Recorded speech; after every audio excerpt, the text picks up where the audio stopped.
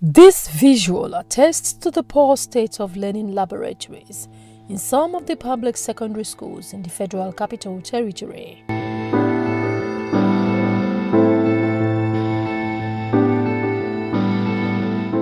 It is the picture of physics laboratory of Government Secondary School Apo Extension, a school in about 19 minutes drive away from the Federal Capital Development Authority FCTA.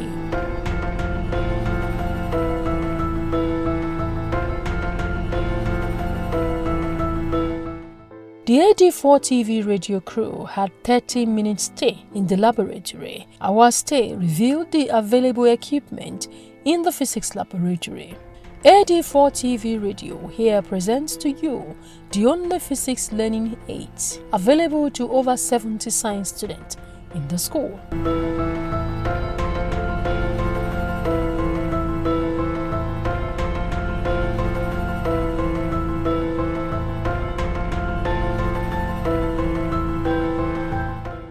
The emphasis on teaching and learning of science is practically to ensure that teachers not only teach the process of science, but also are able to subject scientific concept to the sensory experience of the learners. By this, the hands and minds of learners are expected to be on scientific activities so as to enable learners learn actively and thereby participate in knowledge construction.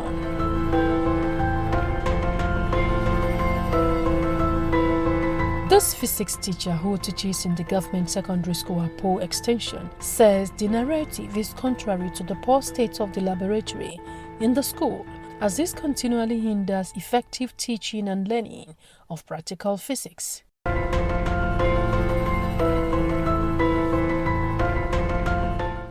It is important to note that the Universal Basic Education Commission, UBEC, in its matching grant provision to support basic education in the FCT, the Commission allocated 15% to the provision of instructional materials. The Universal Basic Education Matching Grants Disbursement Chart revealed that the FCT administration received so far, between 2021 and 2022, 15% of its matching grants of the sum of 322 million naira, 664,852.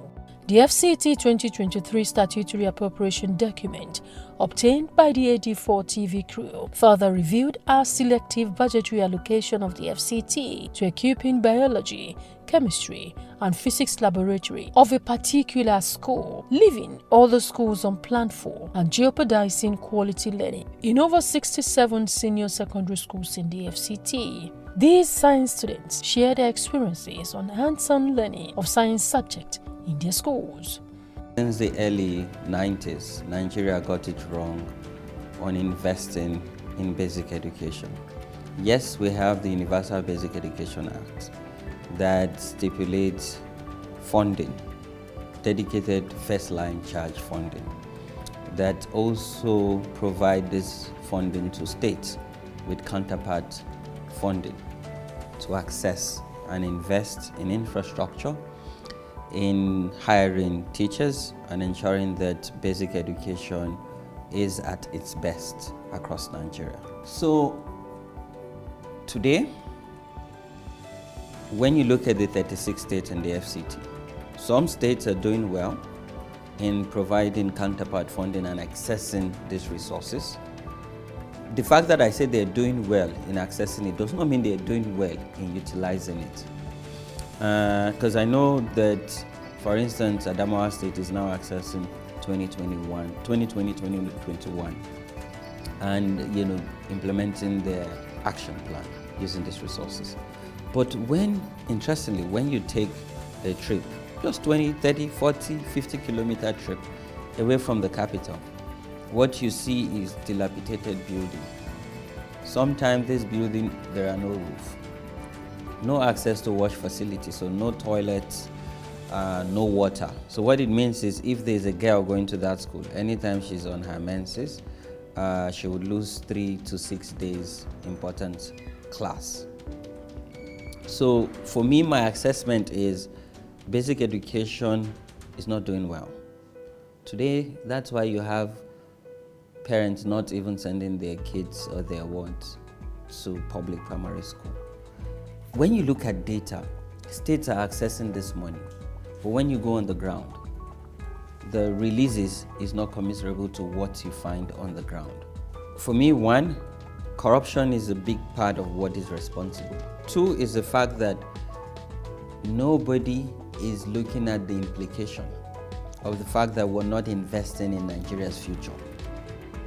Because so today, I can speak to you because there was a deliberate investment in my basic education. Because for everybody who is successful, it means the foundation was solid. And basic education is the foundation of every child. So the leaders that we have today do not see investing deliberately in basic education as the future of Nigeria. Because if we don't get it right with basic education, the child would not be able to assimilate knowledge in secondary and in university. None of the students here have been taken to farm by the teachers, except maybe the students that have farm in their various homes. We learn them by teaching, writing on the board. The teacher have not taken us to a laboratory, a computer lab. I don't have computer laboratory in my school. So we went to the lab. There were a lot of equipment. There was one kind of stuff that was like a net. It was kind of a hardened net, iron net. There was actually kind of some different kind of tubes and iron. So actually she was in the practical, and the practical was the iron was inside one of the tubes then, and then we on fire, we lit fire on, and then the thing was actually getting hot.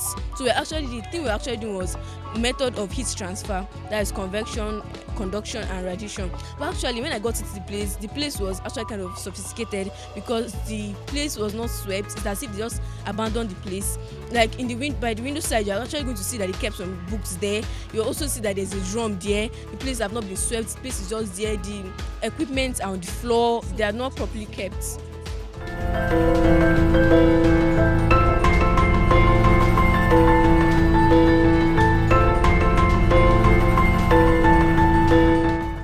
Join us as we examine issues of corruption affecting the standard of education in public schools in the Federal Capital Territory, Nigeria, at all levels of education, and the impact on the girl and boy child, people living with disabilities, women, and youth in general. Join Leaves on Worms on AD4 TV radio, where government strategies on these critical areas and their impact on the lives of residents of the territory are x-rayed. Stay tuned on our channels weekly for this revealing program, jointly produced by AD4 TV Radio and Wole Soyinka Center for Investigative Journalism and supported by MacArthur Foundation. We love AD4 TV Radio. Along with the poor state of the laboratories of secondary school in FCT is the confirmation of poor welfare package in terms of other allowances, such as the need for hazard allowance for teachers teaching science subject. The major key to education is the teacher. You know, they say education is the key to development, but the teacher holds that key. The teacher holds that key, and so they are inseparable. You look at teacher, education, and development of any country, and definitely when you are talking of quality education, they are driven by quality teachers. Quality education is driven by quality teachers. That is the end thing. That is the major thing. So you need quality teachers to drive quality education. You are talking of 21st century developmental issues. You need 21st century teachers to be able to deliver 21st century education. And so it's very important that we have to understand the nexus that exists among these three components that you actually mentioned. When you talk of the teacher, education, development, you know, we have to understand the nexus very well. They are intricate, they have intricate relationship, and the one is inseparable from the others. And that's why it's important that in talking about development, we have to take these two variables together. We have to look at the quality of our teachers, because the quality of the teachers will determine the quality of education we are going to get. The quality of education will determine the quality of development you are going to get. To the extent to which a country is developed or developing or underdeveloped is to the extent of their level of education. Okay, and that is why education is the key, but the teacher holds that key. The teacher is not for a weakling. It's one of the most difficult jobs you can think of on earth.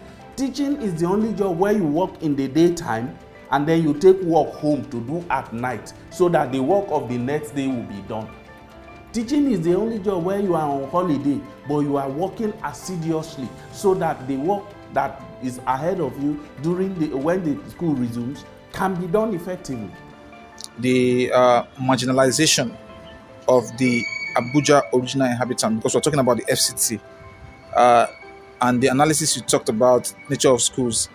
If you go to the FCC, which is the Federal Capital City, all of these parts where we are in, all these well-paved parts, you see that schools are they are well off. They are well resourced. They have teachers. The school buildings are. But where you have these problems, you talk about dilapidated schools, schools that can pass for dump sites. Where people, you understand, they are in the rural communities. So you have to make that distinction between the urban FCT and the rural areas where the locals, where the original people who have the city live. And that is where you do have schools that are not well resourced. You have schools that are dilapidated. You have teaching that is poor. The teaching outcomes are terrible. Who, according to this teacher, are the danger of being exposed to dangerous chemicals and other reagents.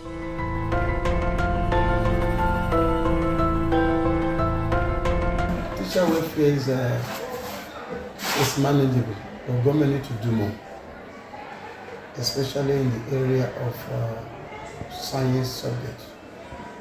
Most of the lab are not equipped they should be, and government should look at adding allowance to teachers, like science teachers should be given outside allowance. Some of us are exposed to chemicals which they are not giving us allowance from that aspect. They should have outside allowance for teachers. We should look at how the lab can properly be equipped for better learning environment. There should be an incentive given to science-related teachers, because to read science and become a science professional is not easy. It's not something you just sit down and you just do and get it. No, this thing requires practical, and this thing requires instinct. It's not something you just sit down and calculate and get it. No. So I am just advising that they should be well equipped. There should be an incentive given to science-related teachers. If there's any budget for science topic or science-related issue, because if you go to the secondary school, you should be able to see them. Or maybe they make provision and somebody is behind embezzling the money. We don't know.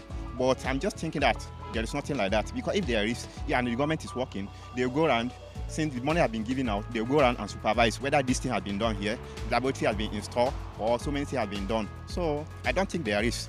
If there is, you should be seeing it everywhere, or most of the school. But nothing like that.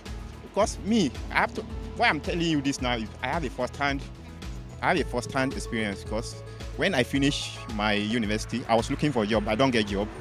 I taught also in schools, and I also do lessons. But nowadays, the children are lacking behind. But during our time, we don't have the equipment they have now. Technology is not that advanced during our time, but now they are advanced. But if you ask them simple questions, they can't answer it. And all this contributed to the school development. If there's no school development, no equipment, so it will be very difficult for these children to learn. Very difficult. And now the issue of phone is not even helping matter. Because somebody that is not prone to, let me just say, a laboratory analysis going on, but they are all holding phone. Okay, the problem now is, your ward is going to school, you gave them phone, but you do not even cross-check whether the school the award is going, whether they have the scientific laboratories that will help them. It's not that phone that will help them, but they don't have it. But all of them, they are with their phone, which is not helping matter. Because nowadays, if you ask them to give them any assignment, they can go straight to their phone and browse it and get it. But when you have science-oriented schools in Abuja, then there are some questions when you give them, they don't even need to go to their phone before they can read. They can use their practical knowledge to get the answer for you. Ku kasance tare da mu yayin da muke tattaunawa kan yadda matsalolin cin hanci da rashawa ya dabaibaye ingancin ilimi a makarantun gwamnati da ke birnin tarayya Abuja da ma Najeriya a matakan ilimi daban-daban, tasirin ilimin ga 'ya'ya mata da maza da ma masu bukata ta musamman. Mata da matasa ma ba a bar su a baya ba. Kasance da kafar AD4 TV Radio don ilmantuwa kan manufofin gwamnati, tsare-tsare da ma yadda matakan aiwatar da su ke tasiri ko akasin haka. Yin tankaɗe da riraya na daga cikin abubuwan da muke baiwa muhimmanci. Ku tabbatar kun kasance da tashar mu ta AD4 TV Radio a kowane mako don sauraron wannan shirin. Bisa ɗaukar nauyin AD4 TV Radio da cibiyar Wole Soyinka da ke tallafawa binciken injin da tallafawar gidauniyar Makata.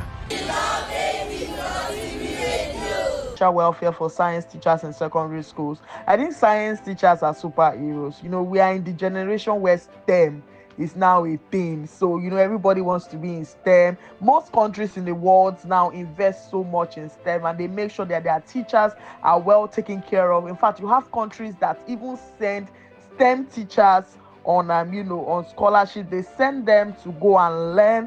They send them to go and get more knowledge, because the future of the world is science and technology. So in Nigeria, and most especially FCT, I think we should embrace something similar. We should have a special package for science teachers in secondary schools, not just increments of salaries. There must be career progression for them, not just only career progression. There must be opportunity for them to actually go out and acquire new knowledge, because it is not just about what you as a science teacher learned in school 10 years ago. It's about the current knowledge. How well are you briefed on the current happenings?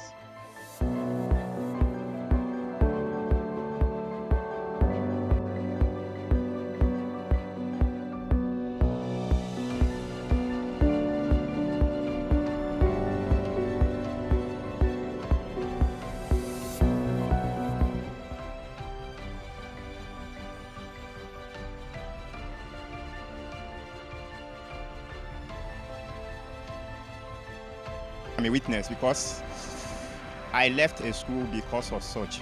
I am a science, because of such experience. I'm a science-oriented person. So when I was employed into that school, when I was actually looking for a job, I discovered that there's nothing to talk about in their school, especially laboratory. Nothing.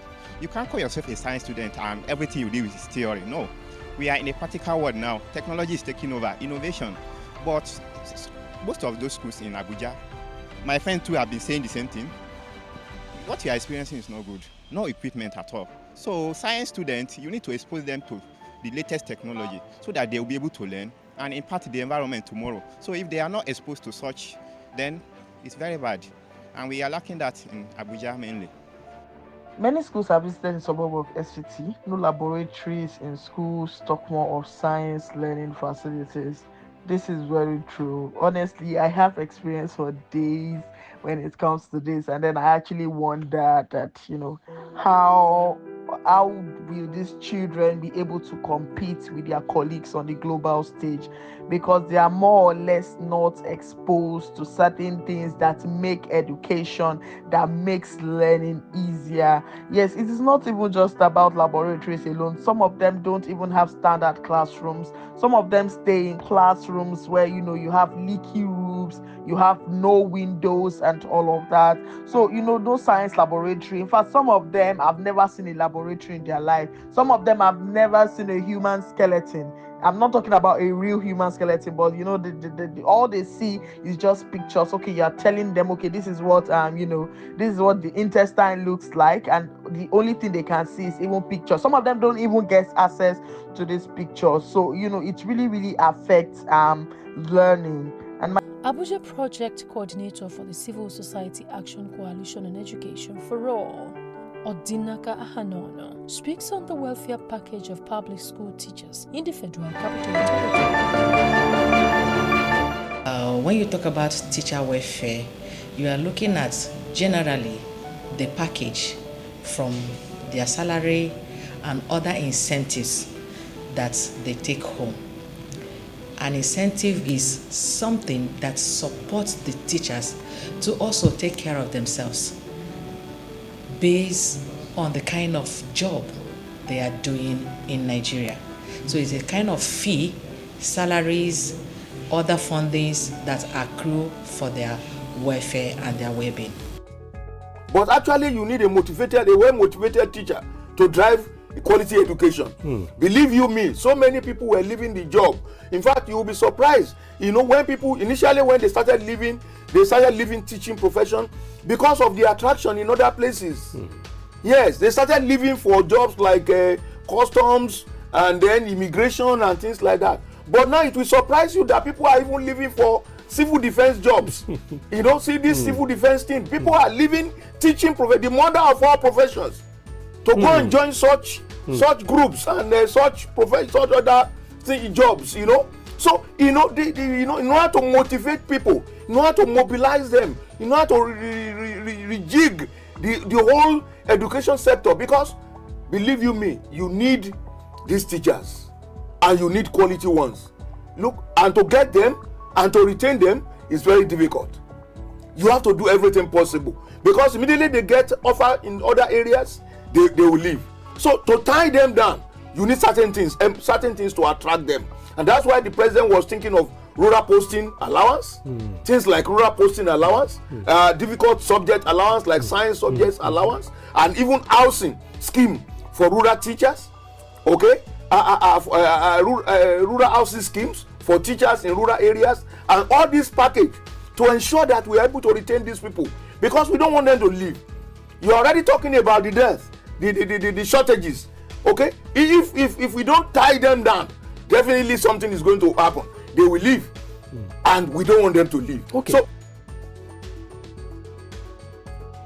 she identified poor teachers' remuneration and disregard for allowances as the bane of corruption in public basic and post-basic schools in the FCT. A hungry teacher can do anything to sustain herself or himself. We should bear in mind that all these teachers, they have families. So when they are not getting the incentive they're supposed to get from the right source, from the authorities, from the people that employ them, they have to devise a means of survival. So in another way that it is not guaranteed, because these are well-trained and qualified teachers. So you are not supposed to induce these fees to children, because it's already stated clear that basic education is free, and that should be maintained irrespective of what teachers are going through, irrespective of Nigerian government not doing what they're supposed to do to ensure that teachers' welfare is taken care of. It is not encouraging for any teacher, no matter whatever it is, to engage in inducing or imposing additional fee to children that has already been declared having their education free. The SACEFA coordinator also identified politicization of teachers' welfare as part of the reasons teachers in the FCT suffer assessment of their due pay and allowances.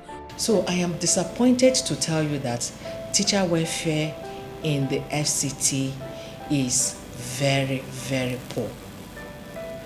I feel that the government, especially the FCT minister and other stakeholders, should call an emergency on teachers' welfare. We are not supposed to politicize teachers' welfare. We are not supposed to play lip service when it comes to teachers' welfare. These are the people that develop the next generation that will stand and compete with their other counterparts in every country.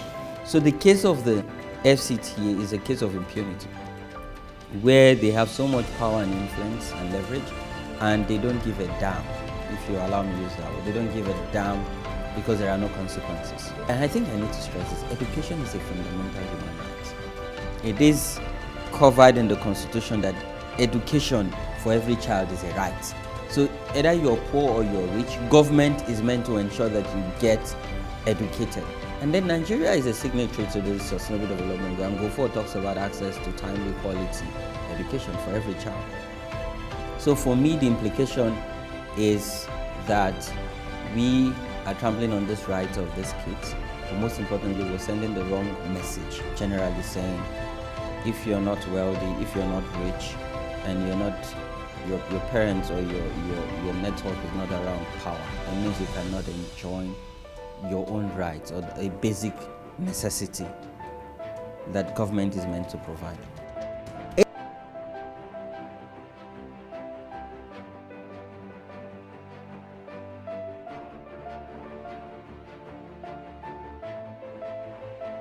No doubt, with the poor state of laboratories and short change of students by the FCT administration appropriation, as seen on science education, it is evident that these are major indices hindering quality science education across the over 67 public schools in the Federal Capital Territory. We are talking about having 20 million out-of-school children, we are talking about having 10 million, we are talking about having 5 million. It doesn't matter the figure.